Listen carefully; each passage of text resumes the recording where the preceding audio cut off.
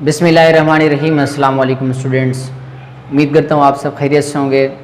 और आज हम फिज़िक्स के एक और टॉपिक के साथ हाजिर हैं। और आज की वीडियो के अंदर हम जिस टॉपिक को डिस्कस करने जा रहे हैं वो हमारे पास है डेंसिटी। इससे पहले हमने प्रीवियस लेक्चर के अंदर डिस्कस किया था वॉल्यूम को, और वॉल्यूम को हम एक दफ़ा फिर से दोहरा देते हैं कि वॉल्यूम को हम किस तरीके से डिफ़ाइन कर रहे थे कल, क्योंकि आज हम डेंसिटी के फार्मूले के अंदर वॉल्यूम को पढ़ेंगे। तो वॉल्यूम हमने कल डिस्कस किया था कि 3 डायमेंशनल एक मल्टीपल प्रोडक्ट होता है किसी ऑब्जेक्ट का, उनका मल्टीपल प्रोडक्ट निकाला जाए तो लेंथ, विड्थ और हाइट को अगर हम मल्टीप्लाई कर दें तो वो उस ऑब्जेक्ट का वॉल्यूम डिफ़ाइन करता है। फिर हमने डिफरेंट ऑब्जेक्ट पढ़े थे और उनके वॉल्यूम को कैलकुलेट करने का हमने मेथड भी देखे थे कि किस तरीके से कैलकुलेट करते हैं। स्फेरिकल ऑब्जेक्ट का भी हमने वॉल्यूम का फार्मूला देखा था। सिलेंड्रिकल ऑब्जेक्ट के को कैलकुलेट करने का जो वॉल्यूम का फार्मूला हमने उसको भी डिस्कस किया था। इरेगुलर ऑब्जेक्ट और सॉलिड को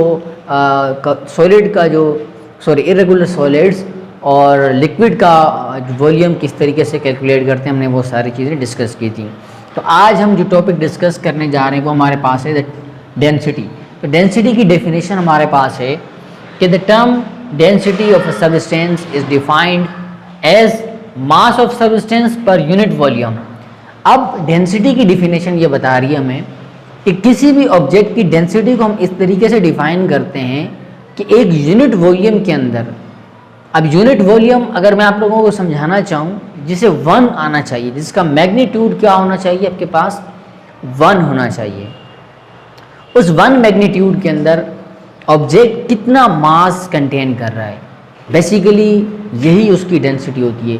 और अगर इससे भी मैं आपको आसान अल्फाज के अंदर समझाना चाहूँ तो कुछ ऑब्जेक्ट आप लोगों ने भी अपनी कॉमन लाइफ के अंदर ये चीज़ देखी होगी कि कुछ ऑब्जेक्ट्स जो होते हैं वो ज़्यादा आपको भारी महसूस हो रहे होते हैं और कुछ ऑब्जेक्ट जो है वो आपको लाइटर महसूस हो रहे होते हैं। यही चीज़, यही भारीपन ये जो आपको महसूस होता है कि ये चीज़ दूसरी चीज़ से भारी है, यही उसकी डेंसिटी को डिफ़ाइन कर रही होती है। तो हम उसको फिज़िक्स में या इंग्लिश की ज़बान के अंदर किस तरीके से डिफ़ाइन करते हैं, वो होता है कि एक मास होता है ऑब्जेक्ट का, लेकिन एक यूनिट वॉल्यूम के अंदर जो मास होगा वो उसकी डेंसिटी कहलाएगी। अब ये यूनिट वॉल्यूम हम अल्फाज क्यों इस्तेमाल कर रहे हैं, यूनिट वॉल्यूम का मकसद क्या है, ये मैं अभी आगे जाकर जब हम इन एग्जाम्पल को सोल्व करेंगे या इन एग्जाम्पल्स को जब हम समझेंगे तो फिर मैं आपको बताऊँगा कि हम यूनिट वॉल्यूम का वर्ड क्यों यूज़ कर रहे हैं। बात कर लेते हैं। इट इज़ डिनोटेड बाय, कि इसका सिंबल हमारे पास ग्रीक लेटर होता है जिसको हम रो पढ़ते हैं, जिसको हम प्रोनाउंस जो करेंगे वो रो करेंगे, और उसका सिंबल जो है वो हमारे पास कुछ ही है, उसको भी हम रो बोलते हैं। और डेंसिटी के अगर हम फार्मूले की बात करें तो डेंसिटी का जो फार्मूला होता है यानी rho is equals to mass per unit volume, यानी मास डिवाइडेड बाई क्या हो जाएगा, वॉल्यूम हो जाएगा। ये हमारे पास डेंसिटी का फार्मूला है। एक चीज़ यहाँ पर हम अगर और ऐड करना चाहें तो डेंसिटी का जो ऐसा यूनिट होता है वो हमारे पास क्या होता है, मास का जो ऐसा यूनिट होगा वो क्या हमारे पास क्या होगा, किलोग्राम, और वॉल्यूम का जो ऐसा यूनिट है वो हमारे पास होगा मीटर क्यूब। तो ऐसा यूनिट यहाँ पर हमारे पास बन जाएगा किलोग्राम पर मीटर क्यूब। अब अगर हम एग्जाम्पल देखना चाहें डेंसिटी की, तो डेंसिटी की हमारे पास यहाँ डिफरेंट एग्जाम्पल मौजूद हैं। अगर हम डेंसिटी ऑफ गोल्ड की बात करें तो हमारे पास 19.3 ग्राम पर सेंटीमीटर क्यूब है।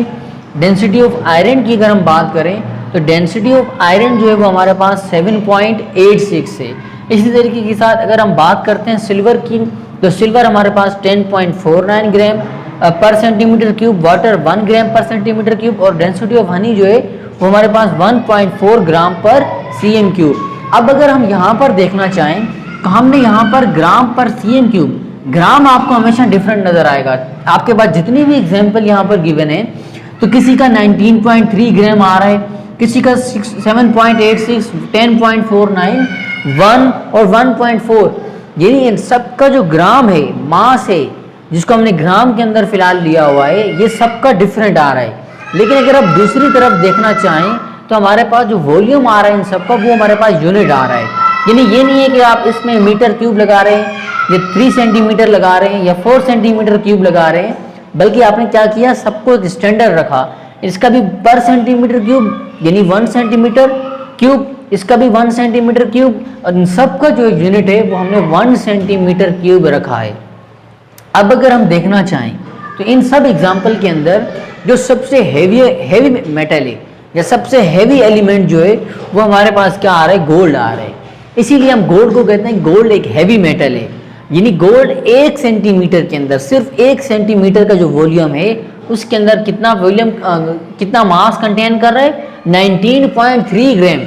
यानी अगर मैं यहाँ पर एक डायग्राम शो कर दूँ, यानी ये जो हमारे पास है, ये हमारे पास फॉर एग्जांपल जो है वो गोल्ड का पीस है, इतना ही पीस हमारे पास आयरन का है, इतना ही पीस हमारे पास जो है वो सिल्वर का है, और इतने ही पीस के बराबर जो है हमारे पास क्या है, वाटर और हनी मौजूद है। लेकिन इन सब का मास जो है वो डिफरेंट आ रहा है, वॉल्यूम 1 सेंटीमीटर क्यूब, लेकिन अगर हम इसको गोल्ड बना दें इसका मास क्या आ जाएगा, 19.3 ग्राम। अगर हम इसी को सिल्वर का बनाएं, यानी इतने ही वॉल्यूम को 1 सेंटीमीटर क्यूब को, तो इसका जो मास आएगा वो आएगा 7.86। इसी तरीके के साथ जो हमारे पास सिल्वर होगा उसका 10.49, वाटर का 1 और हनी का क्या होगा 1.4 ग्राम। तो ये बेसिकली हमें डिफाइन करके दे दी डेंसिटी कि कौन सा ऑब्जेक्ट ज़्यादा डेंसर है, यानी किस ऑब्जेक्ट के यूनिट वॉल्यूम के अंदर ज़्यादा मास आ रहा है। तो अगर देखना जाए तो सबके वॉल्यूम सेम है। हम एक चीज़ एक लम्हे के लिए सोचें, एक चीज़ जो है, एक साइज़ जो है वो सिमिलर है, जो है एक ही शेप है, बिल्कुल सेम साइज़ का है, लेकिन एक ऑब्जेक्ट जो वो ज़्यादा हैवी है, दूसरा कम है, तीसरा और कम है। अगर वाटर की बात की जाए तो वाटर जो है वो सिर्फ 1 ग्राम का होता है, यानी 1 सेंटीमीटर क्यूब के अंदर। तो यहाँ पर हमने डेंसिटी को इस तरीके से भी डिफाइन कर सकते हैं कि किसी ऑब्जेक्ट का जो भारीपन होता है, यानी भारी किसी ऑब्जेक्ट का कहना बेसिकली उसकी डेंसिटी होती है। तो यहाँ पर कुछ एग्जांपल जो है वो हमने देखी हैं कि कौन सा ऑब्जेक्ट जो है वो ज़्यादा हैवी है। इसमें गोल्ड जो है वो हमारे पास ज़्यादा हैवी है और हमारे पास वाटर की जो डेंसिटी है वो सबसे कम है। और अगर हम वाटर और हनी को, यानी शहद को अगर आपस में कंपेयर करें तो शहद जो है वो ज़्यादा as compared to water heavy होता है। अगर हम गोल्ड की, सिल्वर या आयरन से कंपेरिजन करें तो हमारे पास सबसे ज़्यादा हैवी जो है वो 19.3 के साथ गोल्ड ज़्यादा हैवी होता है, देन हमारे पास सिल्वर होता है, और देन हमारे पास क्या होता है, आयरन होता है। तो यही बेसिकली हमारे पास क्या था डेंसिटी का एक टॉपिक। अगर हमें डेंसिटी का जो यहाँ पर यूनिट है ग्राम पर सीएम क्यूब है, चूँकि हमें न्यूमेरिकल के अंदर ऐसा यूनिट लिखना होता है, ऐसा यूनिट लिखने के लिए अगर हम ग्राम से किलोग्राम में कन्वर्ट करना चाहें, यानी ग्राम पर सेंटीमीटर क्यूब से किलोग्राम पर मीटर क्यूब के अंदर अगर हम करना चाहें कन्वर्ट, तो उसकी कन्वर्जन का एक शॉर्ट मेथड आप लोगों को बता रहा हूँ। लेकिन जब हम न्यूमेरिकल को डिस्कस करेंगे तब मैं आपको डिटेल के साथ बताऊंगा कि ग्राम पर सीएम क्यूब से किलोग्राम पर मीटर क्यूब के अंदर कैसे कन्वर्ट होते हैं। फिलहाल आप यहाँ देखें तो ये हमारे पास है 19.3। तो 19.3 को जब आप 1000 से मल्टीप्लाई करोगे तो ये वैल्यू आपके पास ऑलरेडी ऑटोमेटिकली किस में कन्वर्ट हो जाएगी, किलोग्राम पर मीटर क्यूब के अंदर कन्वर्ट हो जाएगी। यानी आप जब ग्राम पर सीएम क्यूब से किलोग्राम पर मीटर क्यूब के अंदर कन्वर्ट करना चाहोगे अपनी वैल्यू को ऐसा यूनिट के अंदर, तो आप मल्टीप्लाई बाय क्या कर दोगे, 1000 कर दोगे। तो ये स्टैंडर्ड मेथड है, लेकिन ये हम 1000 से क्यों कर रहे हैं, 100 से क्यों नहीं कर रहे, या कोई और वैल्यू क्यों नहीं है, डिवाइड क्यों नहीं कर रहे, मल्टीप्लाई क्यों कर रहे हैं। ये जब हम डेंसिटी के न्यूमेरिकल को सोल्व करेंगे इंशाल्लाह फिर मैं आप लोगों को बताऊंगा कि ये 1000 आया कैसे, इसको हम लाए कैसे हैं, और मल्टीप्लाई क्यों कर रहे हैं, डिवाइड क्यों नहीं कर रहे। तो आज हमारे पास ये टॉपिक है, इंशाल्लाह कल हम इसके न्यूमेरिकल को डिस्कस करेंगे।